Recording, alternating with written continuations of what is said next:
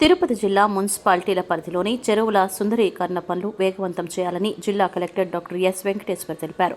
మంగళవారం స్థానిక కలెక్టరేట్లోని video conference hall నందు జాయింట్ కలెక్టర్ శుభం బన్సల్, మున్సిపల్ కమిషనర్ మౌర్యతో కలిసి చెరువుల సుందరీకరణ పనులపై జిల్లా కలెక్టర్ డాక్టర్ ఎస్ వెంకటేశ్వర్ సమీక్ష సమావేశం నిర్వహించారు.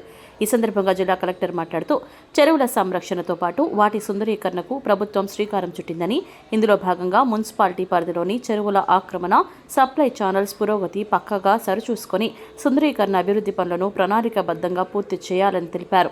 ప్రజలు సరదాగా కాసేపు గడిపేందుకు చెరువు దగ్గరికి వస్తారని, వారికి ఆహ్లాదపరిచేలా అవసరమైన వసతులు చెరువుల వద్ద కట్ట విస్తరణ, గ్రీనరీ, లైటింగ్, బెంచీలు, పూల మొక్కలు ఏర్పాటు చేసి పచ్చగా ఉండేలా సుందరీకరణ పనులు చేపట్టాలన్నారు. ట్యాంకుల వద్ద సప్లై ఛానల్స్ కూడా పునరుద్ధరించేలా చర్యలు చేపట్టాలని తెలిపారు.